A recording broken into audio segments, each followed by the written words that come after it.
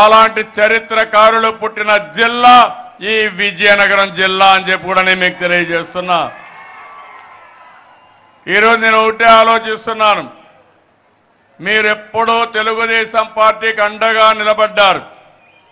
ఆ రోజు మన నాయకుడు ఎన్టీ రామారావు గారు ఉన్నప్పుడు, తర్వాత నేను పార్టీ అధ్యక్షుడైనప్పుడు కూడా ఎప్పుడూ మీరు అండగా నిలబడ్డారు. నేను ఒకటే హామీ ఇస్తున్నాను, రాష్ట్రంలో అన్ని జిల్లాలతో సమానంగా విజయనగరం జిల్లాని అభివృద్ధి చేసే వరకు నేను మీకు అండగా ఉంటా. అవసరమైతే అన్ని జిల్లాల కంటే మేటైన జిల్లాగా ఈ జిల్లాను తయారు చేస్తామని మరొకసారి హామీ ఇస్తున్నాను. ఈరోజు ఇక్కడికి వచ్చింది ధర్మ పోరాటానికి వచ్చాం. ఓసారి బాధేస్తుంది, ఆవేదన కలుగుతుంది. తెలుగు జాతికి ఎప్పుడు కూడా ఇలాంటి సమస్యలు ఎదురవుతూనే ఉన్నాయి. ఒకప్పుడు మనందరం మెడ్రాస్ ప్రెసిడెన్సీలో ఉన్నాం.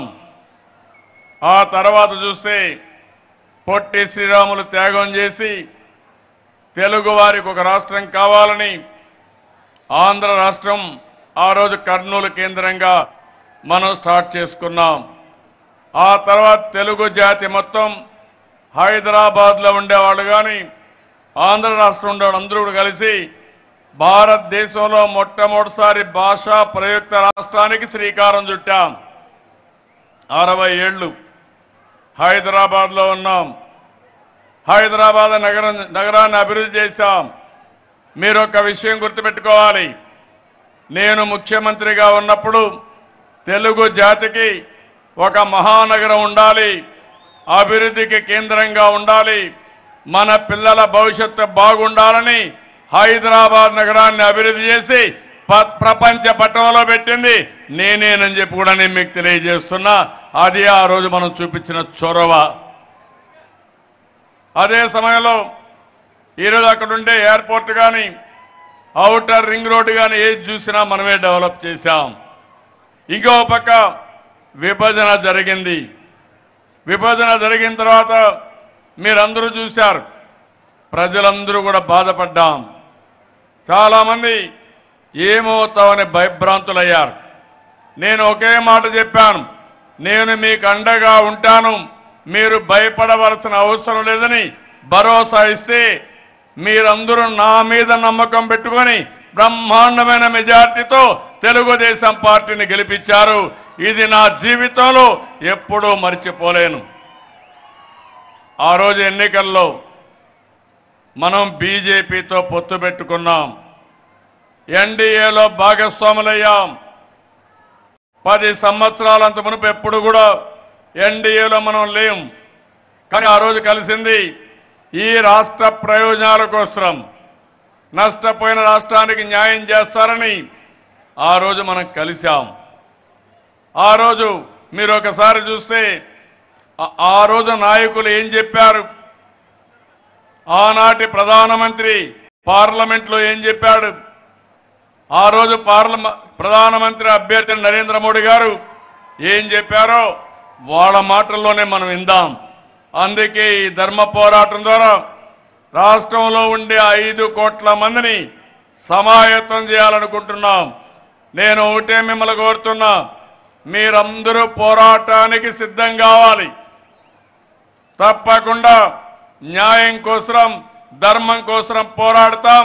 అంతిమ విజయం మనదే తప్ప వేరే వాళ్ళది కాదని మరొకసారి మీ అందరికీ విజ్ఞప్తి చేస్తున్నా. అలాంటి ధర్మ పోరాటానికి ఎందుకు వచ్చామో ఒక్కసారి ఆనాటి ప్రధానమంత్రి అభ్యర్థి, ఈరోజు ప్రధానమంత్రి ఏం మాట్లాడారో వాళ్ళ మాటలోనే ఒకసారి విందాం.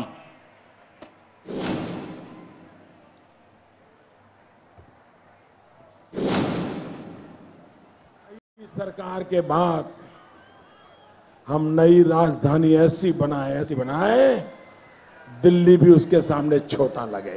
నేను చంద్రబాబు నాయుడికి చెప్పదలుచుకున్నాను, శ్రీ చంద్రబాబు నాయుడికి నేను చెప్పదలుచుకున్నాను, మన కొత్త రాష్ట్రం ఏర్పడిన తర్వాత కొత్త రాజధాని అలాంటి దాన్ని ఏర్పాటు చేసుకోవాలి. ఢిల్లీ నగరం కూడా దాని ముందు చిన్నపోవాలి, చూసి ఆశ్చర్యపోవాలి. और मैं आपको विश्वास दिलाता हूं, आप मुझे दिल्ली में बिठाएंगे, ये जो वादा किया है उसको निभाएंगे भी और बढ़ाएंगे भी. कि आंध्र के विकास की यात्रा में दिल्ली कंधे से कंधा मिला करके चलेगा, हर समय साथ रहेगा और नई ऊंचाइयों को पार करके रहेगा. ఆంధ్రప్రదేశ్ యొక్క అభివృద్ధి పదంలో ప్రతి అడుగులో కూడా కేంద్రం రాష్ట్రంతో కలిసి భుజం భుజం కలిపి నడుస్తుంది. మీ అభివృద్ధికి అన్ని విధాలా ప్రోత్సాహిస్తుందని చెప్పని ఇది సంకేతం అని చెప్పని మీ అందరికీ మనం చేస్తూ ఉన్నాను. आज इस अमरावती सांस्कृतिक नगरी से मैं आंध्रवासियों को विश्वास दिलाना चाहता हूं कि रीऑर्गेनाइजेशन एक्ट के अंदर जो भी बातें कही गई हैं उसको लेटर एंड स्पिरिट के साथ भारत सरकार साथ रहेगी, लागू करेगी. ये मैं विश्वास दिलाने आया हूं. ఈ విషయం చిమ్మే ప్రయత్నాలు చేస్తున్న సందర్భంగా నేను ఆంధ్రప్రదేశ్ ప్రజానికానికి ముఖ్యంగా యువకులకు చెప్పదలుచుకున్నాను. రాష్ట్ర విభజన చట్టంలో పేర్కొన్న ప్రతి ఒక్క అంశాన్ని కూడా అక్షర సహా తూచా తప్పకుండా 100% దాన్ని అమలు చేసి చూపిస్తామని చెప్పని ఈ అమరావతి నగరం యొక్క సాక్షిగా నేను మీ అందరికీ కూడా హామీ ఇస్తూ ఉన్నాను. आप विश्वास रखिए, चंद्रबाबू और नरेंद्र मोदी की जोड़ी जो बातें तय हुई है उसको साकार करके रहेगी, समय सीमा में साकार करके रहेगी और आंध्र के सपनों को पूरा करके रहेगी. కేంద్ర ప్రభుత్వం నరేంద్ర మోడీ ప్రభుత్వం, రాష్ట్రంలోని చంద్రబాబు నాయుడు ప్రభుత్వం, మోడీ యొక్క బాబు యొక్క జోడీ ఏవైతే మీ యొక్క అభివృద్ధి పదంలో మీ కళ్ళున్నాయో వాటన్నిటిని కూడా శాతం సాకారం చేసి చూపిస్తాము, అవన్నీ కూడా నెరవేరుస్తామని చెప్పని మీ అందరికీ కూడా ఈ సందర్భంగా నేను హామీ ఇస్తూ ఉన్నాను.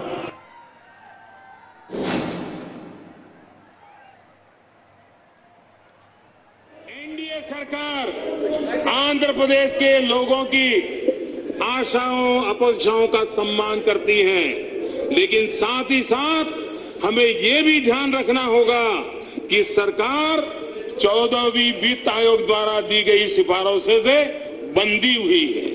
इसलिए आंध्र प्रदेश राज्य के लिए एक नया स्पेशल असिस्टेंस पैकेज बनाया गया, जिससे राज्य को उतनी वित्तीय सहायता मिले जितनी उसे स्पेशल कैटेगरी स्टेटस मिलने से प्राप्त होती है. आंध्र प्रदेश रीऑर्गेनाइजेशन एक्ट और स्पेशल असिस्टेंस पैकेज में किए हुए हर कमिटमेंट को पूरा करना चाहती थी, लेकिन टीडीपी ने अपनी विफलताओं को छिपाने के लिए यू टर्न किया और मान्यता इनके लिए नहीं होगी. आपके काम की जानकारी है, टीडीपी एनडीए से निकले, चंद्रबाबू से मेरी फोन पे बात हुई और मैंने चंद्रबाबू से कहा था कि बाबू आप वाईएसआर की जाल में फंस रहे हो, वाईएसआर के चक्र में आप फंस रहे हो. मुझे बराबर याद है चंद्रबाबू का और वहां के हमारे तेलंगाना के सीएम का, केसीआर का पहले साल बंटवारे को लेकर के तनाव रहता था, झगड़े होते थे, गवर्नर को बैठना पड़ता था, होम मिनिस्टर को बैठना पड़ता था, कभी मुझे बैठना पड़ता था. और उस समय टीडीपी की पूरी ताकत तेलंगाना के खिलाफ लगाए रखी है, उसी में लड़ते रहे. हम उनको शांत करने की बहुत कोशिश करते रहे, संभालने की कोशिश करिए. और टीआरएस ने एक मैच्योरिटी दिखाई चीजों को, ना वो अपने आप विकास में लग गए. उस समय मैंने ये कहा था, तेलुगु हमारी मां है. उस समय मैंने कहा था तेलुगु हमारी मां है, तेलुगु का स्पिरिट को टूटने नहीं देना चाहिए. उन्होंने बच्चे को बचा लिया, मां को मार दिया है. हम सबका दायित्व है कि तेलुगु स्पिरिट को बचा लिया जाए. ये शब्द मेरे उस समय थे और आज भी मैं मानता हूं. आज यहां ये भी कहा गया, आपका विषय लेने वाला हूं मैं आपकी बात, जयदेव जी आपकी बात लेने वाला हूं, आपकी बात लेने वाला हूं. आपका विषय आएगा, अरे जरा बारी बारी बारी से आने दो, किसी को छोड़ने वाला नहीं, आप चिंता मत कीजिए, हर किसी का सम्मान करूंगा, आप चिंता मत कीजिए।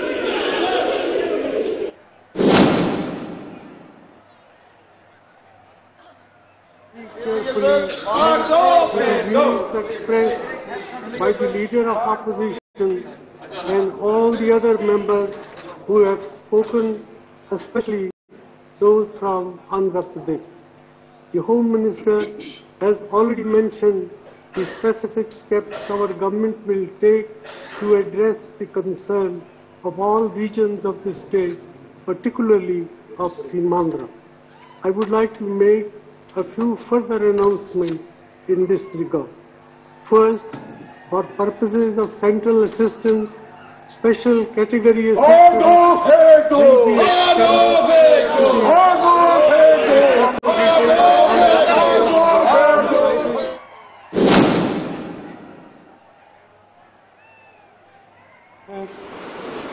on 20th February 2014, when the Andhra Pradesh Reorganization Bill 2014 was being discussed, I made a solemn commitment on the floor of this august house as Prime Minister of India, and I quote, "For purposes of central assistance, special category status will be extended to the successor state of Andhra Pradesh." This had been decided in view of the fact that revenues collected in Hyderabad will accrue entirely to the new state of Telangana.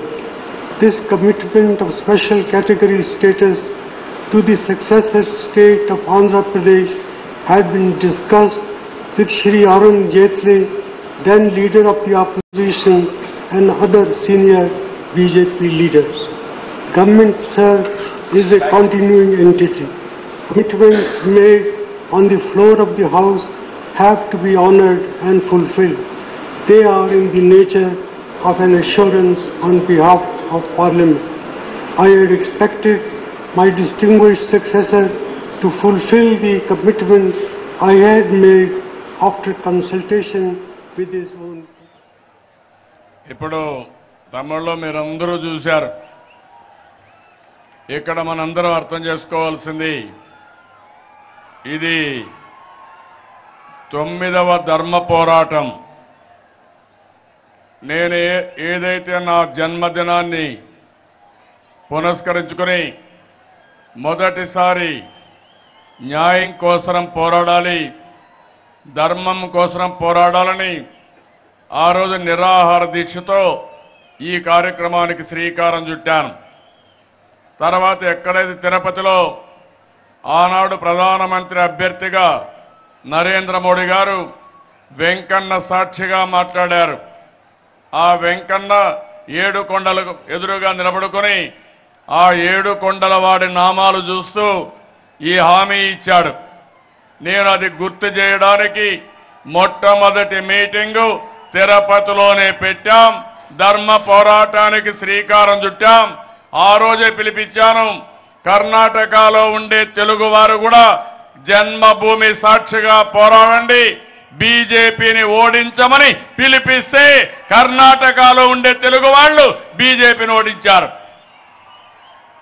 ఇక్కడ ఒక విషయం మీరు చూడాలి.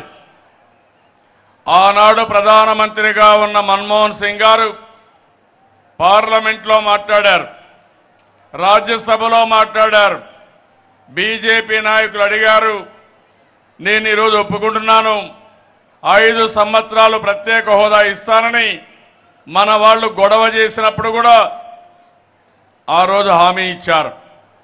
అదే సమయంలో నరేంద్ర మోడీ గారు తిరుపతికి వచ్చారు, ఉపన్యాసాలు ఇచ్చారు, వెంకన్న సాక్షిగా చెప్పారు, మీరు బాబు గారికి బాగా అనుభవం ఉంది, వేరే దేశాలు తిరగండి, ఢిల్లీ కంటే మిన్నైనటువంటి రాజధాని కడదాం, నేను పూర్తిగా సహకరిస్తాను, ఢిల్లీ కూడా చిన్నపోయేట్టుగా రాజధాని కట్టమని ఆయన నాకు సలహా ఇచ్చారు. అదే నెల్లూరులో చెప్పాడు, మా వెంకయ్య నాయుడు గారు బాగా పోరాడారు, ఇవన్నీ సాధించారు, ఇవన్నీ ఇస్తామని చెప్పారు. మళ్ళీ అమరావతికి వచ్చారు. అమరావతిలో మీరు వచ్చినప్పుడు చూశాం, నాకు కూడా బాధ కలిగింది. ప్రధానమంత్రి గారు వచ్చినప్పుడు ఏదైనా ఒక నిర్దిష్టమైన మాట చెప్తారు, హామీ ఇస్తారని ఆ రోజు అనుకున్నాను. వచ్చినప్పుడు మట్టి నీళ్లు తీసుకొచ్చాడు. యమునా నీరు, పార్లమెంటు మట్టి తీసుకొచ్చి మొత్తం కేంద్ర ప్రభుత్వం మీకు సహకరిస్తుందని మాయమాటలు చెప్పి మళ్ళా ఒక హామీ ఇచ్చారు. విభజన చట్టంలో ఉండే హామీల్ని తూచా తప్పకుండా అమలు చేస్తానని హామీ ఇచ్చారు. ఆ తర్వాత ఆయన ఏమాత్రం పట్టించుకోలేదు. 29 సార్లు వెళ్ళాను. అదే మరిగా ఎప్పుడైతే మనకిచ్చిన హామీలు నిలబెట్టుకోలేదో నేను ఒకటే ఆలోచించాను, ఇంకా లాభం లేదు, పోరాటం తప్ప వేరే మార్గం లేదని ఆలోచించి మన అశోక్ గారి మారిగా ఉంది, మీరు రాజీనామా చేయాలంటే ఒక్క నిమిషం కూడా ఆలోచించకుండా అశోక్ గారు కానీ చౌదరి గారు కానీ రాజీనామా చేశారు. తృణప్రాయంగా అధికారాన్ని వదులుకున్నాం. ఎప్పుడు అధికారం కావాలని మనం కోరుకోలేదు, కానీ న్యాయానికోసం దగాబడ్డ రాష్ట్రానికి న్యాయం జరుగుతుందని ఆ రోజు కేబినెట్లో చేరాం. మీ అందరికీ ఒక ఐడియా ఉంటుంది, ఒకప్పుడు ఈఎఫ్ గవర్నమెంట్లో 2 సార్లు ప్రధానమంత్రిగా ఉండమని నా మీద వచ్చిన నేను ఒకే మాట చెప్పాను, నా యొక్క ప్రమేయం రాష్ట్రానికి అవసరం కాబట్టి నేను కేంద్రానికి రాను, నేను అవసరమైతే మీకు సహకరిస్తాను తప్ప ప్రధానమంత్రి పదవి నాకు వద్దని, రాష్ట్ర ప్రయోజనాలు నాకు ముఖ్యమని నిర్దిష్టంగా ఆ రోజు చెప్పాను. 96, 97లో 29 మందిని ఎంపీలు గెలిపించారు. ఆనాటి ప్రధానమంత్రి వాజ్పేయి గారు, మీరు కేబినెట్లో చేరండి, 6-7 మంది మంత్రులు ఇస్తామంటే మాకు మంత్రి పదవుల అవసరం లేదు, దేశాన్ని బాగు చేయండి, రాష్ట్రానికి న్యాయం చేయమని అడిగిన ఏకైక పార్టీ తెలుగుదేశం పార్టీ అని చెప్పి కూడా నేను మీకు తెలియజేస్తున్నా. ఎప్పుడూ అధికారం కోసం లేము. ఎప్పుడైతే నేను చెప్పాను ఇప్పటికైనా సరే మించిపోయింది లేదు, నాకు ఫోన్ చేశారు నరేంద్ర మోడీ గారు. ఆ రోజు నేను చెప్పాను ఇప్పటికైనా మించిపోయింది లేదు, మాకు అన్యాయం జరిగింది, మంత్రులు రాజీనామా చేశాం, ఎన్డీఏలో ఉన్నాం, మీరు ఇప్పటికైనా న్యాయం చేయమని కోరాను. ఆ మాట చెప్పాడు. అది ఏమాత్రం లెక్క పెట్టుకోకుండా చివరి బడ్జెట్లో కూడా మొండి చేయి చూపించారు. ఆ రోజు ఇంకా లాభం లేదని పోరాటం చేశాం. నేను ఇక్కడుండే ఎంపీలందరినీ అభినందిస్తున్నా, మనస్ఫూర్తిగా ధన్యవాదాలు తెలియజేస్తున్నా. రాష్ట్ర ప్రజల తరపున పార్లమెంట్లో ఆ రోజు విభజన చట్టం పెట్టినప్పుడు కానీ నిన్న న్యాయం కోసం కానీ పోరాడింది ఒక్క తెలుగుదేశం పార్టీ ఎంపీలు తప్ప వేరే వాళ్ళు కానే కాదు. చాలా గట్టిగా పోరాడారు. అదే నరేంద్ర మోడీ గారి పైన అవిశ్వాస తీర్మానం పెట్టాం, అన్ని రాజకీయ పార్టీలను కూడగట్టాం. మొట్టమొదటిసారిగా భారతదేశ చరిత్రలో అన్ని రాజకీయ పార్టీలు ఒక రాష్ట్ర సమస్య పైన అవిశ్వాస తీర్మానం పెట్టడం ఇది ఒక చరిత్ర. ఆ రోజు మీరు చూస్తే మన వాళ్ళు నిలదీశారు, గట్టిగా మాట్లాడారు. దానికి సమాధానం చెప్తూ ప్రధానమంత్రి గారు మాట్లాడిన మాటలు చూస్తే నేను యూటర్న్ తీసుకున్నానని, తెలంగాణ ముఖ్యమంత్రి కేసీఆర్కి మెచ్యూరిటీ ఉంది, నాకు మెచ్యూరిటీ లేదని, ఇంకో పక్క మన ఎంపీల్ని బెదిరిస్తూ మీ దగ్గరికి కూడా వస్తా, మీకు కూడా సన్మానం చేస్తానని ఆ రోజే పార్లమెంట్ సాక్షిగా మనల్ని హెచ్చరించారు. నన్ను మాట్లాడుతూ నేను వైఎస్ఆర్ కాంగ్రెస్ పార్టీ ట్రాప్లో పడ్డానని, నరేంద్ర మోడీ గారికి ఎన్ని నాలుకలు ఉన్నాయో మీరే చూడండి. తిరుపతిలో ఒకటి మాట్లాడాడు, నెల్లూరులో ఒకటి మాట్లాడాడు, అమరావతిలో ఒకటి మాట్లాడాడు, పార్లమెంట్లో ఇంకోటి మాట్లాడాడు. అంటే ప్రధానమంత్రిగా ఉండే వ్యక్తి ఎప్పటికప్పుడు అవకాశవాదంతో బెదిరింపులతో రాజకీయం చేస్తే ఇది న్యాయమా అని మిమ్మల్ని అడుగుతున్నా. ఏం తమ్ముళ్ళు దీనికి ఉపేక్షిస్తావా అని మిమ్మల్ని అడుగుతున్నా.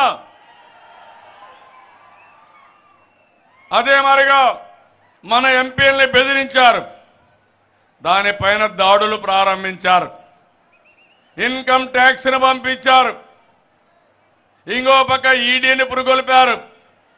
సిబిఐ ద్వారా ఎన్ని విధాల వీలైతే అన్ని విధాల మన రాష్ట్రం పైన మన నాయకుల పైన దాడులు ప్రారంభించారు. అంటే భయపడతామా? భయపడాలనా? ఏమంటారు మీరు? అందుకే నిర్ణయించుకున్నా, మీరు ఎన్ని ఒత్తిళ్లు తీసుకొచ్చినా ఇంకో పక్క మన రాష్ట్రం పైనే కాదు దేశాన్ని భ్రష్టు పట్టించారు. ఈరోజు మనం ఏమడిగాం? మాకు ప్రత్యేక హోదా ఇస్తామని పార్లమెంటు సాక్షిగా చెప్పారు. పోలవరం ప్రాజెక్టు పూర్తి చేస్తామని ఆనాటి ప్రభుత్వమే నిర్ణయించారు. రెవెన్యూ లోటు 16,000 కోట్ల రూపాయలు ఇస్తామని ఆ రోజు చట్టంలోనే చెప్పారు. వెనుకబడిన ప్రాంతాలకి బుందేల్ఖండ్ ప్యాకేజ్ మారుగా మనకు కూడా ఒక ప్యాకేజ్ ఇస్తామని చెప్పారు. ఈరోజు మీరు చూస్తే మనకిచ్చింది 1050 కోట్లు, మొన్న 350 కోట్లు ఇచ్చారు. యూసీలు ఇచ్చాం, తిరిగి మన అకౌంట్లో ఉండే డబ్బులు తీసుకున్నారు, ఇప్పటికి కూడా ఇవ్వలేదు. నేను అడుగుతున్నా ఈ ప్రధానమంత్రి గారిని, ఈ కేంద్రాన్ని, ఇది న్యాయమా మీరే చెప్పమని మీ అందరి ద్వారా ఈ విజయనగరంలో డిమాండ్ చేస్తున్నారు.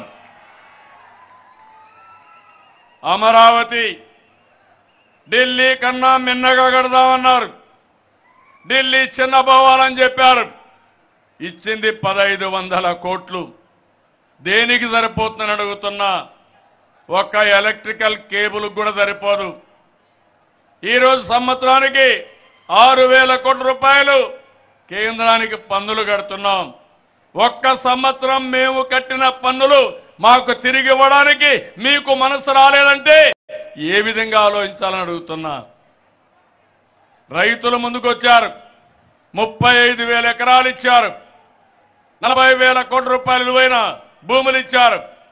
నేను ఒకటే హామీ ఇస్తున్నా, తెలుగు జాతికి ఒక బ్రహ్మాండమైన నగరాన్ని కడతాం, రాజధానిని కడతాం. ప్రపంచంలో 5 రాజధానుల్లో ఒక రాజధానిగా మంది ఉంటుంది.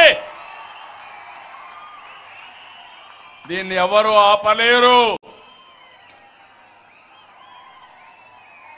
48,000 కోట్ల రూపాయలు ఖర్చు పెట్టి రోడ్లు కానీ, మంచినీళ్లు కానీ, కరెంటు కానీ ప్రపంచంలో ఎక్కడా లేనటువంటి స్థాయిలో ఇవన్నీ తీసుకొస్తున్నామని చెప్పి కూడా నేను మీకు తెలియజేస్తున్నా. సంకల్పం ఉంది, ప్రజల సహకారం ఉంది. హైదరాబాద్లో ఒక సైబరాబాద్ నగరాన్ని నిర్మాణం చేశాను. ఇప్పుడు తెలుగు జాతికి, ఆంధ్ర రాష్ట్రానికి ఇంకొక అద్భుతమైన నగరాన్ని నిర్మాణం చేస్తాం. ఇంకొక పక్క విశాఖ రైల్వే జోను, ఉత్తరాంధ్ర కళ, బాగా ఆదాయం వచ్చే రైల్వే జోన్ ఇది. అడిగితే మీనమేషాలు లెక్కేస్తారు. మన ఎంపీలు ఆందోళన చేశారు. నేను అడుగుతున్నా, వదిలిపెట్టాం. విశాఖ హుక్కు సంకల్పంతో ముందుకు పోతాం. విశాఖపట్నానికి రైల్వే జోన్ వచ్చే వరకు వదిలిపెట్టమని గట్టిగా చప్పట్లు కొట్టి హర్షాన్ని తెలియజేయాలి. కడప స్టీల్ ప్లాంటు, వెనుకబడిన ప్రాంతం. కడపకి వెళ్తారు బీజేపీ నాయకులు, రాయలసీమ డిక్లరేషన్ అంటారు, కడపకు మాత్రం స్టీల్ ప్లాంట్ ఇవ్వరు. ఇది ఎక్కడ న్యాయమని అడుగుతున్నా. తెలుగుదేశం పార్టీ జెండా ఎన్డీఏ వాళ్ళ గుండెల్లో రైళ్లు పరిగెత్తిస్తుంది. ఉక్కు ఫ్యాక్టరీ ఏర్పాటు చేస్తాం, వదిలిపెట్టాం. నేను అందుకనే ఒక నిర్ణయం చేసుకున్నా. మొన్నే చెప్పా, మీరు ఉక్కు ఫ్యాక్టరీ ఇవ్వకపోతే మేమే ఉక్కు ఫ్యాక్టరీ పెట్టి కడప జిల్లాను ఆదుకుంటామని చెప్పిన పార్టీ తెలుగుదేశం పార్టీ. ఆ జిల్లా నుంచి ఒక నాయకుడు ఉన్నాడు, ఒక మహానాయకుడు, కోడి కత్తి డ్రామా ఆడే నాయకుడు. ఇక్కడే తిరుగుతున్నాడు, తప్పించుకొని తిరుగుతున్నాడు. నేను అడుగుతున్నా, కడప జిల్లాలో ఏ ప్రజానీకమైతే మిమ్మల్ని నమ్ముకునుందో, ఎవరైతే మీకు అన్ని సీట్లు గెలిపించారో అక్కడ ఉక్కు ఫ్యాక్టరీ పెట్టమని చెప్తే ఎందుకు నోరు మెదపలేకపోతున్నారు అడుగుతున్నా, ఎందుకు మాట్లాడలేకపోతున్నారు అడుగుతున్నాను. మాట్లాడితే జైలుకు పోతామని భయం. నరేంద్ర మోడీని చూస్తే జగన్మోహన్ రెడ్డికి వెన్నెముకలు వణుకు. అవునా కాదా తమ్ముళ్ళు అని అడుగుతున్నా. ఒక మాట మాట్లాడాడని అడుగుతున్నా, ఎందుకు మాట్లాడలేదని అడుగుతున్నా. మీరు మాట్లాడకపోయినా తప్పకుండా కడపలో డిసెంబర్ నెలలో ఉక్కు ఫ్యాక్టరీకి శంకుస్థాపన చేస్తామని మరొకసారి హామీ ఇస్తున్నా. విద్యా సంస్థలు 11 సంస్థలు వీళ్ళు ఇచ్చిందేమీ లేదు, చట్టంలో పెట్టారు. అవి ఇవ్వడానికి మీనమేషాలు. 5 ఏళ్లయింది. వీళ్ళు ఇచ్చింది 600 కోట్లు, కావాల్సింది 12-13 వేల కోట్లు. భూమి ఇచ్చాం, అదే మరి కాంపౌండ్ వాళ్ళకి డబ్బులు ఇచ్చాం. విలువైన భూమి ఇస్తే ఏమాత్రం కట్టలేకుండా పోయారు. విజయనగరంలో ట్రైబల్ యూనివర్సిటీకి నిన్న మొన్న జీవో ఇచ్చే పరిస్థితి వస్తారు. ఎప్పుడు పెడతారని అడుగుతున్నా. ఇక్కడ మన పిల్లలు ఆ యూనివర్సిటీ కోసం ఇప్పుడు ఈ తరం కాదు ఇంకో తరం కూడా చదువుకునే పరిస్థితి లేదు. ఇదే విధంగా పోతే 30 ఏళ్లు పడుతుంది. ఇదేనా మా మీద ఉండే ప్రేమ అని అడుగుతున్నా, మా పిల్లలపై ఉండే అభిమానం అని అడుగుతున్నా. ఎందుకు ఇవ్వరని గట్టిగా చప్పట్లు కొట్టి నిరసన తెలియజేయాల్సిన అవసరం ఉంది. నెల్లూరులో దుగ్గిరాజపట్నం పోర్టు పెట్టాలి, 6 నెలల్లో పెట్టాలి. 5 ఏళ్ళు అయిపోయింది. వీళ్ళకి ఇచ్చిన మ్యాండేట్ కూడా అయిపోయింది, కానీ దాన్ని కూడా పెట్టే పరిస్థితిలో లేరు. విశాఖపట్నం చెన్నై ఇండస్ట్రియల్ కారిడారు దీన్ని పెట్టాల్సిన అవసరం ఉంది. ముంబై ఢిల్లీ ఇండస్ట్రియల్ కారిడార్ అంటే వీరికి ముద్దు, మందంటే వీళ్ళకి ఏమాత్రం పట్టదు. చాలా దారుణంగా తయారయ్యారు. ఈరోజు మీరు చూడండి, అహ్మదాబాద్ నుంచి ఢిల్లీకి ముంబైకి 1,10,000 కోట్ల రూపాయలు పెట్టి ఒక బుల్లెట్ ట్రైన్ వేసుకుంటారు. మన అమరావతికి మాత్రం 1,500 కోట్లే ఇస్తారు. ఏం చెప్పాలో నాకు అర్థం కాలేదు. ఇంకో పక్క కాకినాడలో పెట్రోకెమికల్ కాంప్లెక్స్ పెట్టమంటే ఇది నష్టం వస్తుంది కాబట్టి మేము పెట్టమంటారు. మీరు పెట్టకపోతే నేనే ప్రైవేట్ పార్టీల ద్వారా పెట్రోకెమికల్ కాంప్లెక్స్ కూడా పెట్టించే బాధ్యత నేను తీసుకుంటానని చెప్పి నేను మీకు తెలియజేస్తున్నా. మీ బాధ్యత మీరు చేయాలి. మీ బాధ్యత మీరు చేయనప్పుడు మాకు ప్రత్యామ్నాయాలు ఏమున్నాయో అవన్నీ కూడా చేసుకుంటాం.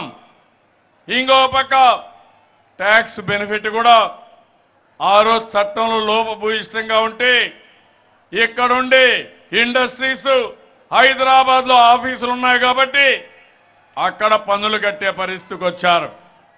విజయవాడ విశాఖపట్నం మెట్రో ముందుకొచ్చే పరిస్థితి లేదు. అదే మరిగా ఏదైతే ర్యాపిడ్ రైలు కానీ ఇంకో పక్క రోడ్డు కనెక్టివిటీ కానీ ఎక్కడ కూడా నామమాత్రం లేదు.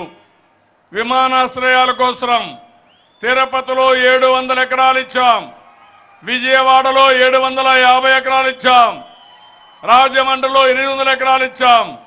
1,000 కోట్ల రూపాయల ఆస్తులు ఇస్తే కనీసం ఆ రన్వే కూడా వేయలేకపోయే పరిస్థితికి వచ్చారు. అసెంబ్లీ సీట్లు పెంచారు. యాక్ట్లో ఉంది గ్రే హౌండ్స్ కి అభివృద్ధికి డబ్బులు ఇవ్వరు. షెడ్యూల్ 9, 10 రెండు రాష్ట్రాల మధ్య సెటిల్ చేయాల్సిన ఇష్యూస్ని ఒక్క మీటింగ్ కూడా పెట్టరు. అందుకే నేను మిమ్మల్ని కోరుతున్నా, ఇప్పుడు మీరు ఆలోచించండి. ఈరోజు మనందరి మధ్య ఈరోజు మనం గుర్తుపెట్టుకోవాల్సిన ఒకటి ఉంది. ఈ కేంద్ర ప్రభుత్వం అన్ని విధాలా ఫెయిల్ అయ్యారు. నేను అడుగుతున్నా, ఈ విజయనగరంలో మన రాష్ట్రానికి అన్యాయం చేశారు. దేశానికి ఏమైనా మేలు చేశారా తమ్ముళ్ళు అని మిమ్మల్ని అడుగుతున్నా. ఎవరికైనా లాభం వచ్చిందా అని మిమ్మల్ని అడుగుతున్నా. మీరు నష్టపోయారా లేదా అని మిమ్మల్ని అడుగుతున్నా. ఆ రోజు ఏం చెప్పారు? విదేశాల్లో ఉండే నల్ల డబ్బులు తీసుకొస్తామన్నారు. తీసుకొచ్చారా అని అడుగుతున్నా. ఇంకో పక్క పెద్ద నోట్ల రద్దు, అదొక పెద్ద ఫార్స్ గా తయారైంది.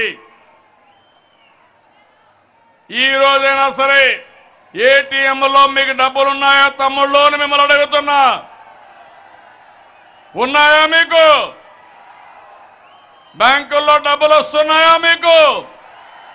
దీనికి ఎవరు కారణం? ఎన్డీఏ ప్రభుత్వం కారణం అవునా కాదా? ఏం చెప్పాలి? కొండను దువ్వి కడాని ఎలుకను కూడా పట్టలేకపోయారు ఈ ఎన్డీఏ గవర్నమెంట్. జీఎస్టీ తీసుకొచ్చారు. ఈ అన్నిటి వల్ల అస్తవ్యస్తంగా అమలు చేసి మొత్తం దేశంలో ఆర్థిక అభివృద్ధి కుంటుపడిపోయింది. దీనివల్ల రూపాయి విలువ పడిపోయింది.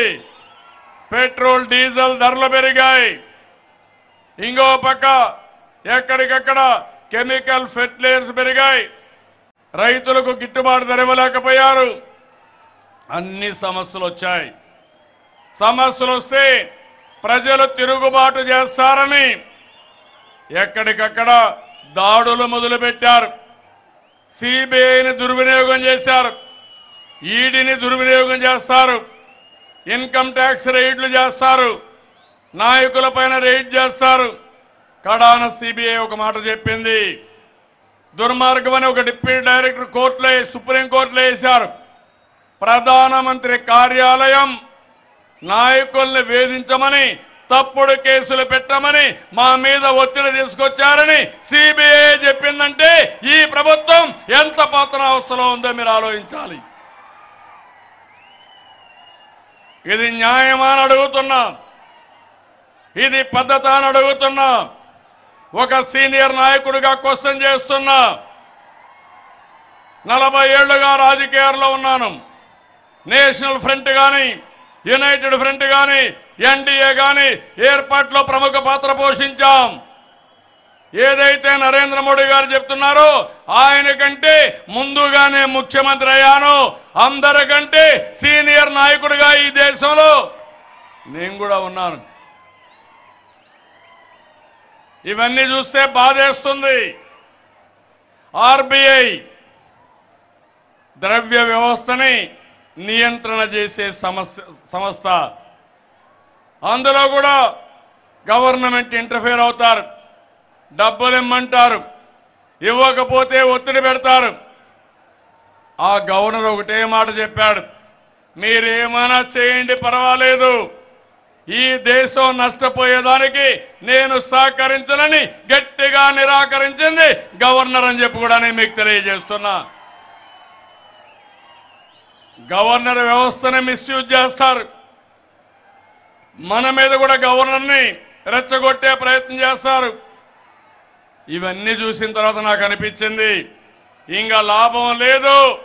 ఈ దేశంలో ఉండే అన్ని రాజకీయ పార్టీలు కలిపి బీజేపీకి వ్యతిరేకంగా ఒక తాటి పైన రావాలని ప్రయత్నం మొదలుపెట్టాను. అందరూ సహకరించారు. అందరం కలిశాం. నేను చెన్నైకి వెళ్ళాను, స్టాలిన్ గారిని కలిశాను. బెంగళూరుకి వెళ్ళాను, మన కుమారస్వామిని, దేవేగౌడను కలిశాను, వెస్ట్ బెంగాల్కి వెళ్ళాను, మమతా గారిని కలిశాను, ఢిల్లీలో మాయావతి, అదే మారిగా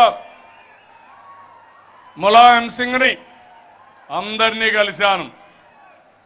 అందరినీ కలిసిన తర్వాత నాకు అనిపించింది 40 సంవత్సరాలుగా 37 సంవత్సరాలుగా పోరాడుతున్న కాంగ్రెస్ పార్టీని కూడా ఈ ఉద్యమంలో కలుపుకొని రావాలని నేనే స్వచ్ఛందంగా వెళ్ళి బీజేపీతో కాంగ్రెస్తో కూడా సహకారం తీసుకున్నాం.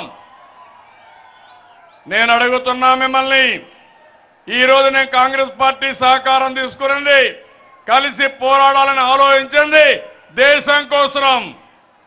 ప్రజాస్వామ్యాన్ని కాపాడుకోవాలి, దేశాన్ని రక్షించుకోవాలి, బీజేపీకి వ్యతిరేక పార్టీలు కలవాలి. అందరూ కలిసి రాబోయే రోజుల్లో ఎన్డీఏ ప్రభుత్వానికి బుద్ధి చెప్పాల్సిన అవసరం ఉంది, దేశాన్ని కాపాడుకోవాల్సిన అవసరం ఉంది. రాజ్యాంగబద్ధంగా ఉండే వ్యవస్థల్ని కాపాడుకోవాలి. నిన్ననే కాన్స్టిట్యూషన్ డే అంటే రాజ్యాంగాన్ని ఆమోదించిన దినం, గుర్తించిన దినం దేశమంతా జరుపుకున్నాం. ఈరోజు ఇక్కడ మీటింగ్ పెట్టుకున్నాం. నేను అడుగుతున్నా, దేశాన్ని కాపాడుకోవాలన్నా లేదా అని మిమ్మల్ని అడుగుతున్నా, ప్రజాస్వామ్యాన్ని కాపాడుకోవాలన్నా లేదా అని మిమ్మల్ని అడుగుతున్నా. ఈ సందర్భంలో నేను కాంగ్రెస్ పార్టీని కూడా కలుపుకొని రావడం న్యాయమా అన్యాయమా అని మిమ్మల్ని అడుగుతున్నా. కరెక్ట్ అనుకున్న వాళ్ళు చేలు పైకెత్తండి.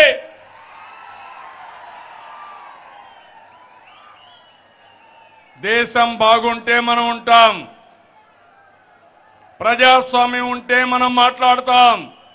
అసలు ప్రజాస్వామ్యం లేకపోతే ఇక్కడ మీటింగ్ కూడా పెట్టుకోలేం. అందుకే నేను మిమ్మల్ని అడుగుతున్నా, ప్రజాస్వామ్య పరిరక్షణకు ఉద్యమిస్తామని గట్టిగా చప్పట్లు కొట్టి హర్షాన్ని, ఆమోదాన్ని తెలియజేయాలి. పోరాడతామని కూడా చెప్పాలి. పిడికిలి బిగించి ఉక్కు సంకల్పంతో పోరాడతామని గట్టిగా చూపించామని మిమ్మల్ని అందరినీ కోరుతున్నా. తెలుగు జాతి ఎప్పుడూ ఎవరికి తల వంచదు. ఎన్టీ రామారావు గారు పెట్టిన పార్టీ తెలుగుదేశం పార్టీ. తెలుగు వారి ఆత్మగౌరవాన్ని ప్రపంచం మొత్తం చాటి చెప్పిన పార్టీ తెలుగుదేశం పార్టీ. ఈరోజు నేనిచ్చింది ఆత్మవిశ్వాసంతో ముందుకు పొమ్మని. ఏం తమ్ముళ్ళు, ఆత్మగౌరవం, ఆత్మవిశ్వాసంతో ముందుకు పోతే మనకు తిరుగు ఉండదని మరొక్కసారి మిమ్మల్ని అందరినీ విజ్ఞప్తి చేస్తున్నా. అందుకే ఈరోజు చూస్తే అన్నిట్లో మనమే నెంబర్ 1లో ఉన్నాం. ఈజ్ ఆఫ్ డూయింగ్ బిజినెస్ లో మనమే నెంబర్ 1, నరేగాలో మనమే నెంబర్ 1, స్వచ్ఛ భారత్లో మనమే నెంబర్ 1. అదే మాదిరిగా పరిశుభ్రమైన నగరాల్లో 3, 9 మనమే. విద్యుత్ సరఫరాలో నెంబర్ 1 మనమే. ZBNF లో పక్కుర సేద్యంలో మనమే నెంబర్ 1. ఈ గవర్నర్లో నెంబర్ 1, ODF లో నెంబర్ 1, గ్రామీణ మౌలిక సదుపాయాల్లో నెంబర్ 1గా ఉన్నాం. మైక్రో ఇరిగేషన్లో నెంబర్ 1గా ఉన్నాం. నీరు నిర్వహణ, నీటి పారుదలలో నెంబర్ 1గా ఉన్నాం. నదుల అనుసంధానం మాటలు చెప్పారు. ఈరోజు దేశంలో నదుల అనుసంధానం చేసి చూపించిన ఏకైక ప్రభుత్వం ఈ తెలుగుదేశం ప్రభుత్వం. గోదావరి, కృష్ణా కలిపాం. నిన్ననే గోదావరి పెన్నాకు శ్రీకారం చుట్టాం. రాబోయే రోజుల్లో వంశధార, నాగావళి, గోదావరి, కృష్ణా, పెన్నా 5 నదులను అనుసంధానం చేసి మహాసంగమం సృష్టించి ఈ జాతికి అంకితం చేసే బాధ్యత ఈ ప్రభుత్వం తీసుకుంటామని చెప్పి నేను మీ అందరికీ హామీ ఇస్తున్నా. సంక్షేమ కార్యక్రమాలు 1, 2 కాదు, చాలా మంది చెప్పారు. మన రాష్ట్రంలో ఉన్నన్ని సంక్షేమ కార్యక్రమాలు వేరే రాష్ట్రాల్లో ఎక్కడా లేవు. రూపాయి కేజీ బియ్యం కానీ, సంక్రాంతి కానుక, క్రిస్మస్ గిఫ్ట్ కానీ, రంజాన్ తోఫా కానీ, నేను ఆ రోజు చెప్పిన మాట ప్రకారం మీ పిల్లలు చూసుకోకపోయినా మీకు ఒక పెద్ద కొడుకుగా ఉంటా, మీ ఇంటికి పెద్ద దిక్కుగా ఉంటానని చెప్పి ఈరోజు ఎన్టీఆర్ భరోసా కింద 1000 రూపాయలు నెలకు ఇంటికి పంపిస్తున్నా. ఇంకొక పక్క చంద్రన్న బీమా తీసుకొచ్చి అభాగ్యులకు 5 లక్షల రూపాయలు ఇస్తున్నాం. ఇంకో పక్క మీరు చూస్తే ముఖ్యమంత్రి యువనేస్తం పెట్టాం. తమ్ముళ్ళు అధైర్యపడవలసిన అవసరం లేదు. దేశంలోనే ఆమోదయోగ్యమైన స్కిల్స్ ఉండే పిల్లలు మన రాష్ట్రంలోనే ఉన్నారు. తెలివైన పిల్లలు మన రాష్ట్రంలో ఉన్నారు. మీకు ఉద్యోగాలు ఇప్పించే బాధ్యత, ఉద్యోగాలు వచ్చే వరకు నిరుద్యోగ భృతి ఇచ్చే బాధ్యత మీకు అండగా నేనుండి అన్ని విధాలు ఆదుకుంటాను. కడాన పెళ్లి కానుక ఇచ్చాను. ఎస్సీ ఎస్టీలకు 100 యూనిట్ల కరెంటు ఉచితంగా ఇచ్చాను. 18 లక్షల మంది పిల్లలకు స్కాలర్షిప్లు ఇస్తున్నాం. బాగా చదువుకున్న వాళ్ళు ఉంటే విదేశాలకు కూడా పంపించి 15 లక్షల రూపాయలు ఒక్కొక్కరికి డబ్బులు ఇచ్చి ఏ యూనివర్సిటీలో కావాలంటే ఆ యూనివర్సిటీ చదువుకోమని ప్రోత్సహిస్తున్నా. ఆదరణ పెట్టాం. మొన్ననే ఒకసారి ఆదరణ పూర్తి చేశాం. 2 లక్షల మందికి ఇస్తున్నాం. రాబోయే రోజుల్లో ఇంకొక 3 సార్లు పెట్టి మొత్తం 8 లక్షల మందికి ఆదరణ కింద ఆధునిక పనిముట్లు ఇస్తాం. వాళ్లకు స్వయం ఉపాధి కల్పిస్తాం. ఇంకో పక్క మీరు ఒకసారి చూస్తే దేశంలో ఎక్కడా కట్టిన విధంగా గ్రామీణ ప్రాంతాల్లో 15,30,000, పట్టణ ప్రాంతాల్లో 9,58,000, మొత్తం 24,88,000 ఇండ్లకు శ్రీకారం చుట్టాం. 25 లక్షల ఇండ్లు కట్టిన రాష్ట్రం. నేను సవాలు విసురుతున్నా. మనం కట్టిన ఇండ్లు దేశంలో ఎక్కడా కట్టలేదు. దేశంలో కట్టిన ఇండ్లు ఎన్నున్నాయో అన్ని ఇండ్లు మన రాష్ట్రంలోనే కట్టామని మరొక్కసారి మీ అందరికీ విజ్ఞప్తి చేస్తున్నా. మొన్న మీరు చూశారు, హార్టికల్చర్లో మనమే నెంబర్ 1గా ఉన్నాం. దక్షిణ భారతదేశంలో పండించే పండ్లు, కూరగాయలు, పూలు ఎన్నున్నాయో దానికంటే ఎక్కువ మన రాష్ట్రంలోనే మనం ఉత్పత్తి చేసే పరిస్థితికి వచ్చాం. ఇలాంటి కార్యక్రమాలు మనం చేస్తే ఈరోజు బీజేపీ ఉంది, మేక్ ఇన్ ఇండియా అన్నారు. మేక్ ఇన్ ఇండియా ఏమైందంటున్నా, ఇది ఫెయిల్ అయింది. డిజిటల్ ఇండియా అన్నారు, అది ఫ్లాప్ అయింది. స్మార్ట్ సిటీస్ అన్నారు, అది ఎక్కడా కనపడలేదు. స్టార్టప్ ఇండియా అన్నారు, అది కూడా ఎక్కడా కనపడే పరిస్థితి లేదు. స్కిల్ ఇండియా అన్నారు, అందులో మనమే ముందున్నాం.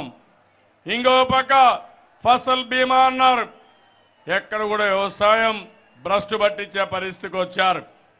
ఇంకో పక్క నల్లధనంపై ఈరోజు చూస్తే మాట్లాడే పరిస్థితులు కూడా లేరు. ఇలాంటివన్నీ 2 కోట్ల మందికి ఉద్యోగాలు ఇస్తామన్నారు, ఎక్కడా ఉద్యోగాలు రాలా. అవినీతికి, ఆర్థిక నేరగాళ్లకు మద్దతు ఇచ్చారు. పెట్రోల్ డీజిల్ మంటలు, పెద్ద నోట్లన్నీ ఒక ఫార్స్గా తయారయ్యే పరిస్థితి వచ్చింది. నేను అందుకనే ఈరోజు నేను ఇక్కడే మీ అందరికీ విజ్ఞప్తి చేస్తున్నాను. రాజకీయ పార్టీలు అనుకున్న వాళ్ళు ఎక్కడ అన్యాయం జరిగితే దానిపైన పోరాడాలి. మన రాష్ట్రానికి అన్యాయం జరిగింది. దేశంలో మొత్తం ప్రజాస్వామ్యమే కాదు, ప్రజలకు చాలా ఇబ్బందులు వచ్చాయి. ఇక్కడుండే 2 పార్టీలు ఏం చేస్తున్నారు తమ్ముళ్ళు?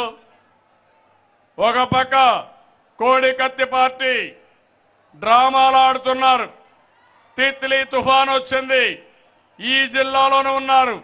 1 గంట ప్రయాణం, 3 రోజులు వాయిదా వేసుకుంటే కొంపలు కూలిపోవు. ఎప్పటికప్పుడు బేస్తవారం హైదరాబాద్కి వెళ్ళి శుక్రవారం కోర్టులో ఉండి మళ్ళా ఎప్పుడు కావాలంటే ఇప్పుడు శనివారమో ఆదివారం వచ్చి నువ్వు పాదయాత్ర చేస్తున్నావు. అవునా కాదా? వారానికి 2 రోజులు సెలవు కావాలి, తప్పులేదు. మీరు 4 రోజులు సెలవు తీసుకొని 3 రోజులే లేజర్గా రండి. పాదయాత్రను కూడా అపవిత్రం చేశారు. నేను అడుగుతున్నా, మీరు ఏమాత్రమైనా బాధ్యత ఉంటే తిత్లీ తుఫాన్లో బాధితుల్ని పరామర్శించాల్సిన బాధ్యత మీకుందా లేదా అని మిమ్మల్ని అడుగుతున్నా. కష్టాల్లో ఉండే ప్రజల్ని పరామర్శించకపోతే మీ రాజకీయ పార్టీ దేనికని నేను అడుగుతున్నా. ఇది దివాలా కోరుతనం అవునా కాదా తమ్ముళ్ళు? ఈ పార్టీకి అర్హత ఉందా ఓటు అడగడానికి? గట్టిగా చెప్పండి. అర్హత ఉందా? గట్టిగా చప్పట్లు కూడా చెప్పండి. అర్హత లేదని చెప్పండి.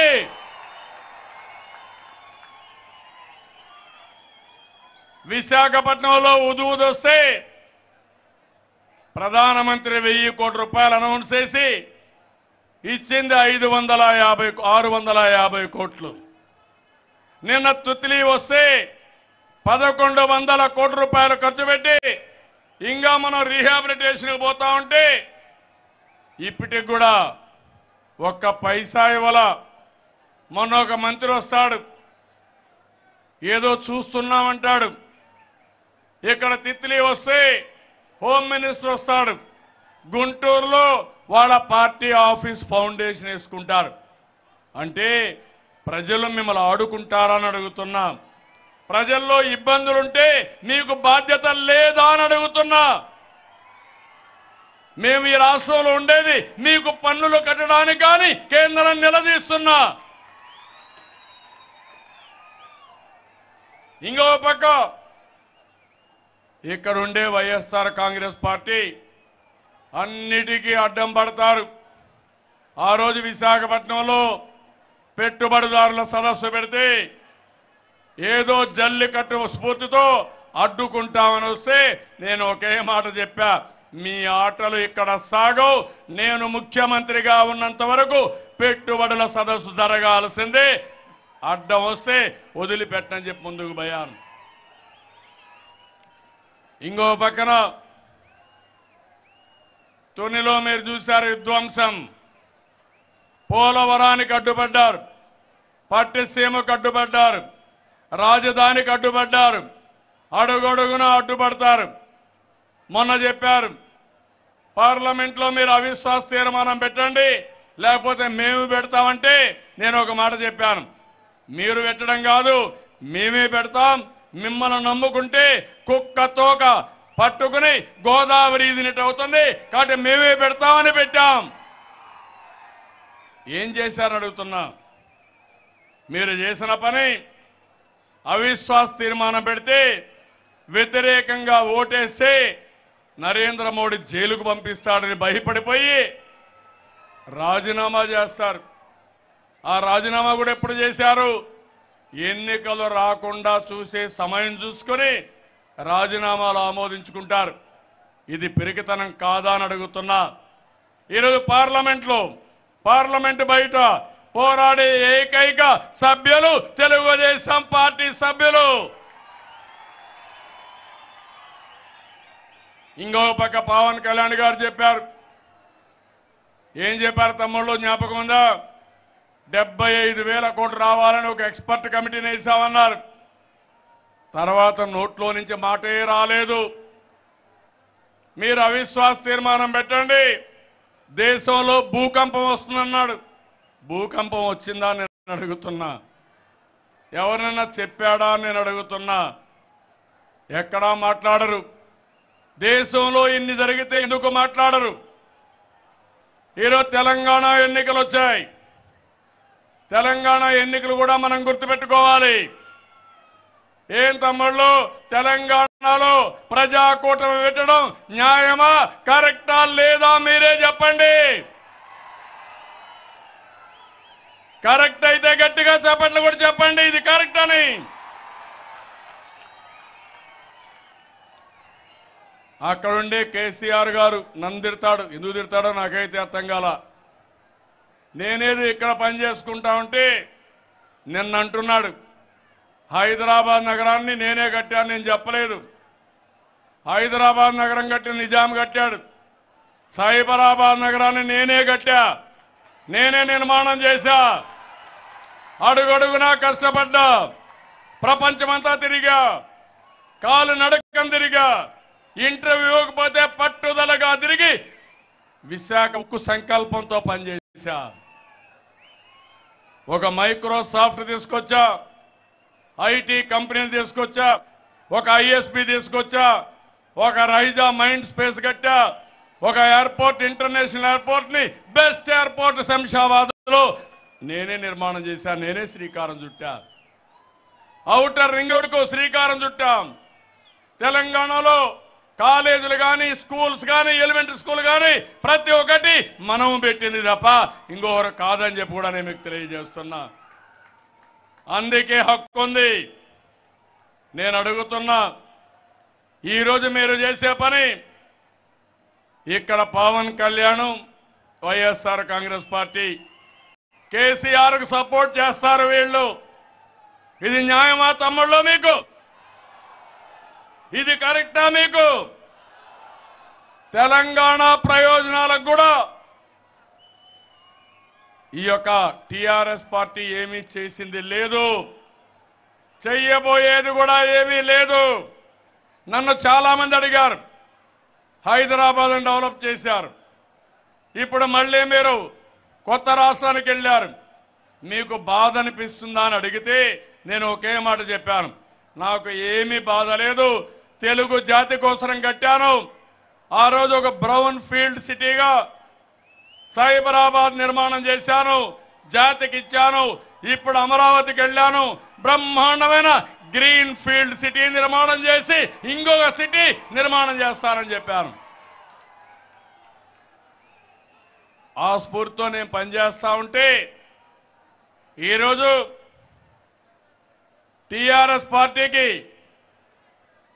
వైఎస్ఆర్ కాంగ్రెస్ పార్టీ సపోర్ట్ చేస్తారు. పవన్ కళ్యాణ్ అక్కడ పోటీ చేయడు అంటే ఇక్కడే పోటీ చేస్తారు. వీళ్ళకి అక్కడ మాత్రం కేసీఆర్ను చూస్తే భయం, ఇక్కడ మాత్రం మన మీద పెత్తనం చేయాలని చూస్తారు. ఈరోజు దేశంలో రెండు ఫ్రంట్లు ఉన్నాయి.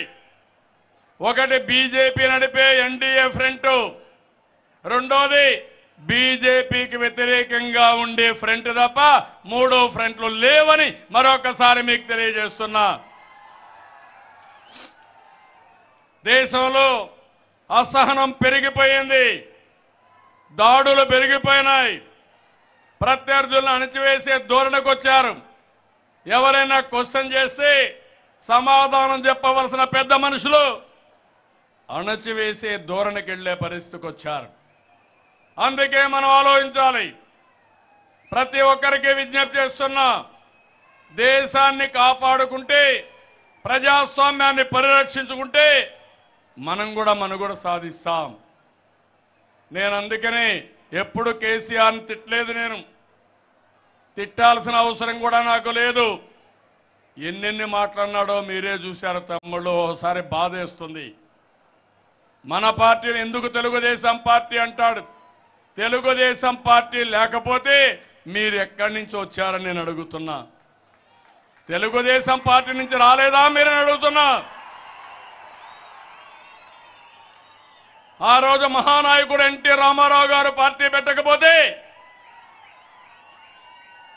మీరు రాజకీయాల్లోకి వచ్చేవాళ్ళ అని అడుగుతున్నా.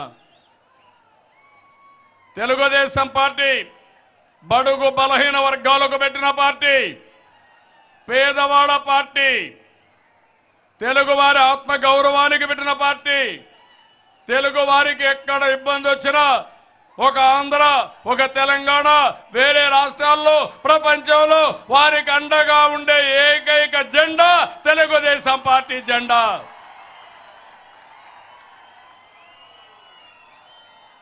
ఈ పార్టీ ఉండాలనా లేదా?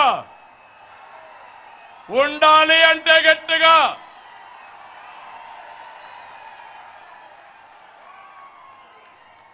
అందుకని తెలంగాణలో కూడా అప్పీల్ ఇస్తున్నాను. నేను అన్యాయం చేయలేదు. తెలంగాణ అభివృద్ధికి ఎవరైనా కష్టపడ్డారంటే అందులో నెంబర్ 1 స్థానం ఎవరిదంటే అందులో నేనే ఉంటానని మీ అందరికీ విజ్ఞప్తి చేస్తున్నా. తెలంగాణ ప్రజలకు కూడా చెప్తున్నా. ప్రతి ఒక్క ఊర్లో ఎలిమెంటరీ స్కూల్ పెట్టాం. 1 కిలోమీటర్కి 3 కిలోమీటర్లకు అప్పర్ ప్రైమరీ స్కూల్ పెట్టాం. 5 కిలోమీటర్లకు హై స్కూల్ పెట్టాం. మండల హెడ్ క్వార్టర్లో జూనియర్ కాలేజ్ ఇచ్చాం. రెవెన్యూ డివిజన్లో ఇంజనీరింగ్ కాలేజ్ ఇచ్చాం. జిల్లా హెడ్ క్వార్టర్లో మెడికల్ కాలేజ్ ఇచ్చాం. దాని పర్యవసానమే తెలుగు జాతి ఆంధ్రలో కానీ తెలంగాణలో కానీ విద్యలో నెంబర్ 1గా ఉన్నారంటే అది మనం ఇచ్చినటువంటి ప్రోత్సాహం. ఇంకో పక్క మత సామరస్యాన్ని కాపాడాం. నరేంద్ర మోడీ గారికి నా మీద కోపం ఉండొచ్చు. గోద్రా ఇన్సిడెంట్ జరగతానే రాజీనామా డిమాండ్ చేసింది నేనే డిమాండ్ చేశాను. గుజరాత్లో అల్లర్ల తర్వాత మొన్న కూడా ఏదైతే త్రిపుల్ తలాక్ వస్తే ఇది న్యాయం కాదు, చట్టం అందరికీ ఒకటిగా ఉండాలి తప్ప కొంతమందికి వివక్ష చూపడానికి వీలు లేదని గట్టిగా పోరాడింది మన ఎంపీలే పోరాడారు. ఇవన్నీ చేశాం. అందుకని ఈరోజు నేను అడిగేది ఇంకో పక్క మీరు చూస్తే తెలంగాణలో అన్ని అభివృద్ధి కార్యక్రమాలు చేసి ఈరోజు మనం ముందుకు పోయినప్పుడు మళ్ళీ తెలంగాణ ప్రజల కోసరం, తెలుగు జాతి ఐకమత్యం కోసరం, తెలుగు జాతి ఎక్కడున్నా వాళ్ళ అభివృద్ధి కోసం తెలుగుదేశం పార్టీ పనిచేస్తాం.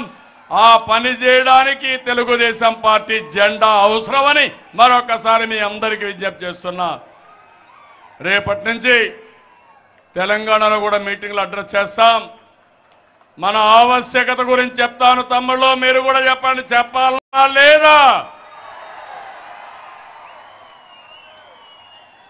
ఒక ధనిక రాష్ట్రాన్ని ఈరోజు తెలంగాణకు వచ్చిందంటే అడుగడుగున ఆ రోజు మనం చూపించిన విజన్ కానీ కష్టపడిన విధానం వల్ల ఒక్క హైదరాబాద్ వల్ల సర్వీస్ సెక్టర్ 64%కి వెళ్ళింది.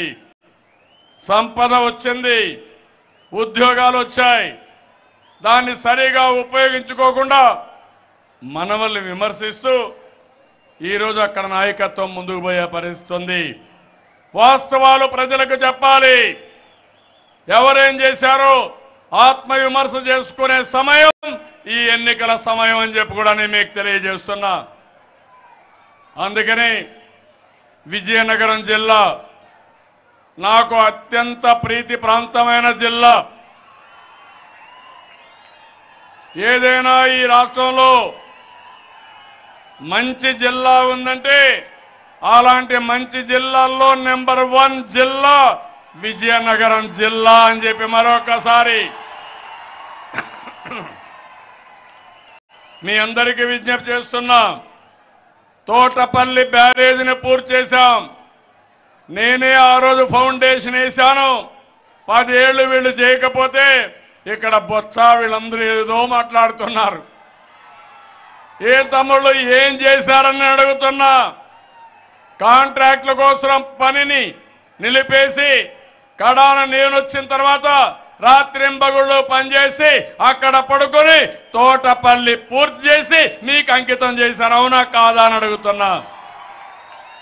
అవును అనుకుంటే గట్టిగా చప్పట్లు కూడా చెప్పండి. రేపు భోగాపురం వద్ద అంతర్జాతీయ విమానాశ్రయం వస్తుంది. విశాఖపట్నానికంటే విజయనగరానికి దగ్గర. దర్జాగా 20 నిమిషాల్లో ఇక్కడి నుంచి మీరు ఎయిర్పోర్ట్కి వెళ్ళి ఎక్కడ కావాలంటే అక్కడ వెళ్ళే పరిస్థితి వస్తుంది. ప్రపంచానికి ఒక కేంద్రంగా భోగాపురం తయారవుతుందని చెప్పి నేను మీకు తెలియజేస్తున్నా. చీపరిపల్లిలో వెటనరీ కళాశాల ఇచ్చాం. కురుపాములో ఉద్యానవన కళాశాల ఇచ్చాం. భోగాపురం నుంచి కాకినాడ వరకు తీర ప్రాంత కారిడార్ ఏర్పాటు చేశాం. ఇక్కడనే ఎస్కోటలో గిరిజన యూనివర్సిటీ ఇచ్చాం. ఎస్కోటలో పతంజలి ఆయుర్వేద కంపెనీ వచ్చింది. జిల్లాలో ఎల్ఈడి బల్బులు 920 పంచాయతీల్లో 100% చేశాం. వ్యవసాయం పైన శ్రద్ధ పెట్టాం. ఇన్పుట్ సబ్సిడీ ఇచ్చాం. విద్య పైన ప్రత్యేకమైన శ్రద్ధ పెట్టి ఆర్థిక అభివృద్ధి కోసం కూడా మనం ముందుకు పోయాం. రాష్ట్రమంతా 10.5% అభివృద్ధి అయితే జిఎస్డిపి వస్తే విజయనగరం 11.7% వచ్చింది. విజయనగరాన్ని ఇంకా అభివృద్ధి చేస్తాను, ఎక్కువ డబ్బులు ఇస్తాను, నేను ఎక్కువ వస్తాను, అన్ని విధాలా అభివృద్ధి చేసి మిమ్మల్ని ఆదుకుంటాను. చంద్రన్న పెళ్లి కానుక కానీ, బీమా కానీ, మత్స్యకారులకు సహాయం చేయడం కానీ, ఎస్టీలకు పెద్ద ఎత్తున సహాయం చేయడం, ఇలాంటి కార్యక్రమాలన్నీ చేశాం. ఈరోజు నేను ఇంకా మీకు అందరికీ ఒకటే హామీ ఇస్తున్నాను. 26 మండలాల్లో కరువు ఉంది. ఈ 26 మండలాల్ని కరువు మండలాలుగా అనౌన్స్ చేస్తున్నామని చెప్పి నేను మీకు హామీ ఇస్తున్నాను. విజయనగరంలో ఒక డిగ్రీ కాలేజ్ కావాలి, దానికి కూడా శ్రీకారం చుడతాం. డిగ్రీ కాలేజ్ శాంక్షన్ చేస్తామని మీ అందరికీ హామీ ఇస్తున్నాను. నదుల అనుసంధానం, దీనివల్ల త్రాగునీరు, సాగునీరు ఇవన్నీ కూడా నీళ్లు ఇస్తాం. ఈ జిల్లాలో మీరు చూస్తే 2 లక్షల ఎకరాలకు నీళ్లు ఇవ్వాలి. వంశధార, నాగావళి అనుసంధానం చేస్తాం. ఎక్కడికక్కడ అన్ని రివర్లు కూడా అనుసంధానం చేసి తారక రామ తీర్థ కూడా పూర్తి చేసి జిల్లాలో ఎక్కడ గడ్డలున్నా అక్కడ కూడా చెక్ డ్యాములు కట్టి పూర్తిగా ఈ జిల్లాని సస్యశ్యామలం చేసే బాధ్యత, ప్రతి ఒక్క ఎకరాకు నీళ్లు ఇచ్చే బాధ్యత నేను తీసుకుంటాను. సాలూరులో సిహెచ్సి ఉంది, 100 పడకల బెడ్స్ కావాలన్నారు, అది కూడా శాంక్షన్ చేస్తాం. విజయనగరంలో పెద్ద చెరువు ఉంది, టూరిజం ద్వారా ట్యాంక్ బండ్ అభివృద్ధి చేసి హైదరాబాద్లో ట్యాంక్ బండ్ ఎట్టుందో ఆ తరహాలో అభివృద్ధి చేయాలని కోరుకున్నారు, అది కూడా చేస్తాం. ఎప్పుడు కూడా ఈ జిల్లాలో అభివృద్ధి కార్యక్రమాలు చేయడమే కాదు, ఏది కావాలన్నా చేయడానికి నేను ముందుంటానని మీ అందరికీ తెలియజేస్తున్నా. ఇంకో పక్కన జిల్లాలో ఒక 25,000 ఎన్టీఆర్ జలసిరి కింద బోర్లు వేయించి అదే మరిగా సోలార్ ఎనర్జీతో ఇది కూడా ఇస్తామని చెప్పి కూడా నేను మీకు తెలియజేస్తున్నాను. కాబట్టి తమ్ముళ్ళు, ఈరోజు ధర్మ పోరాటం మీ ఉత్సాహం చూస్తున్నా. వేదిక పైన వాళ్ళందరూ కూడా 5:20 అయింది టైం, ఒక్కరు కూడా కదలలేదు. చాలా సంతోషం. నేను ఈ జిల్లాకు ఒకటి హామీ ఇస్తున్నాను, ఒక నీతివంతమైన పాలన ఇస్తాం, సమర్థవంతమైన పాలన ఇస్తాం, టెక్నాలజీ ఉపయోగిస్తాం. నా ఫోన్లు వస్తున్నాయా మీ అందరికీ? వస్తున్నాయా లేదా? అన్ని విషయాలు అడుగుతున్నానా లేదా? దీనికంటే ట్రాన్స్పరెన్సీ ఏమైనా ఉంటుందా అని మిమ్మల్ని అడుగుతున్నా. పెన్షన్ ఇస్తే ఫోన్ వస్తుంది, రేషన్ తీసుకుంటే ఫోన్ వస్తుంది, బీమా ఇస్తే ఫోన్ చేస్తున్నా. నా ఉద్దేశం ఒకటి, అర్హులందరికీ న్యాయం జరగాలి. అదే సమయంలో 190 మంది ఆనందంగా ఉండాలి, సంతృప్తిగా ఉండాలి, ఎవరికి ఎక్కడా ఇబ్బంది లేని సుపరిపాలన ఇవ్వాలని నేను ముందుకు పోతున్నా. ఇంకో పక్క రాజకీయ నాయకులు కూడా, పార్టీ అధికారులే కాదు పార్టీ వాళ్ళ గురించి కూడా అడుగుతున్న సమాచారం. నేను ఫోన్లు చేస్తున్నా, మన ఎమ్మెల్యేల పనితీరు ఎట్టుంది, నాయకుల పనితీరు ఎట్టుంది, ఇవి కూడా కనుక్కుంటున్నా. దేనికోసం ఏంటంటే ప్రతి ఒక్కరం కూడా బాధ్యతతో పనిచేయాలని, మీకు అందుబాటులో ఉండాలని, మెరుగైన సేవలు అందించాలని, మీరు మమ్మల్ని మంచిగా బాగా పనిచేస్తున్నారు, తెలుగుదేశం పార్టీ శభాష్ అనిపించుకోవాలనే ఉద్దేశంతోనే ఈ పనులన్నీ చేస్తున్నాం. ప్రతి ఒక్కటి కూడా ప్రజల ఆమోదం కోసం కార్యకర్తలను చూస్తున్నా. బ్రహ్మాండమైన కార్యకర్తలు ఉన్నారు. ఎన్ని కష్టాలు వచ్చినా తెలుగుదేశం పార్టీ జెండా మోశారు, భుజాలు అరిగిపోయేట్టుగా మోశారు, ఆస్తులు పోయినా పార్టీ కోసం పనిచేశారు. మీరు మనసు పెడితే తెలుగుదేశం పార్టీ 100% ఆ సీటు గెలుస్తుంది తమ్ముళ్ళు, అది నాకు తెలుసు. రాష్ట్రంలో ప్రతి ఒక్క కార్యకర్త ఆలోచించాలి, ప్రతి ఒక్క నాయకుడు ఆలోచించాలి. మన మధ్య విభేదాలు ఉండడానికి వీలు లేదు. మనందరి ఆబ్జెక్టివ్ ఒకటే, ఈ రాష్ట్రాన్ని కాపాడుకోవాలి, దేశాన్ని కాపాడుకోవాలి, ప్రజాస్వామ్యాన్ని పరిరక్షించుకోవాలి. రేపు 25 పార్లమెంట్లకు 25 పార్లమెంటు సీట్లు గెలిపించే బాధ్యత మీరు తీసుకోవాల్సిన అవసరం ఉంది. మిమ్మల్ని గౌరవించే బాధ్యత, మిమ్మల్ని ఆదరించే బాధ్యత, మిమ్మల్ని రాజకీయంగా, ఆర్థికంగా, సామాజికంగా పైకి తీసుకొచ్చే బాధ్యత నేను తీసుకుంటా. ఒక కుటుంబ పెద్దగా హామీ ఇస్తున్నా, తెలుగుదేశం పార్టీ అధ్యక్షుడిగా హామీ ఇస్తున్నా, ఒక ముఖ్యమంత్రిగా మీకు హామీ ఇస్తున్నా. మిమ్మల్ని ఆదుకుంటా. ప్రతి ఒక్క తమ్ముడు కూడా ఒక కొండవీటి సింహంలాగా ముందుకు పోవాలి. ఒక బొబ్బిలి పులి మారిగా అండ్రించాలి.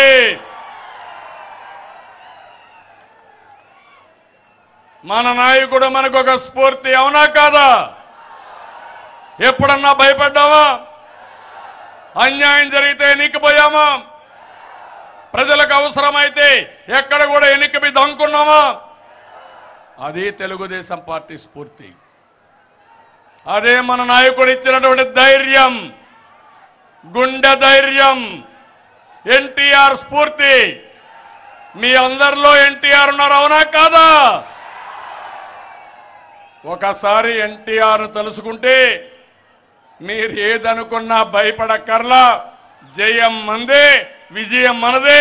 అందుకే కోరుతున్నా, విజృంభించమని, ముందుకు బొమ్మని పోతారని ఆశిస్తూ అందరికీ నమస్కారాలు. జై హింద్, జై జన్మభూమి.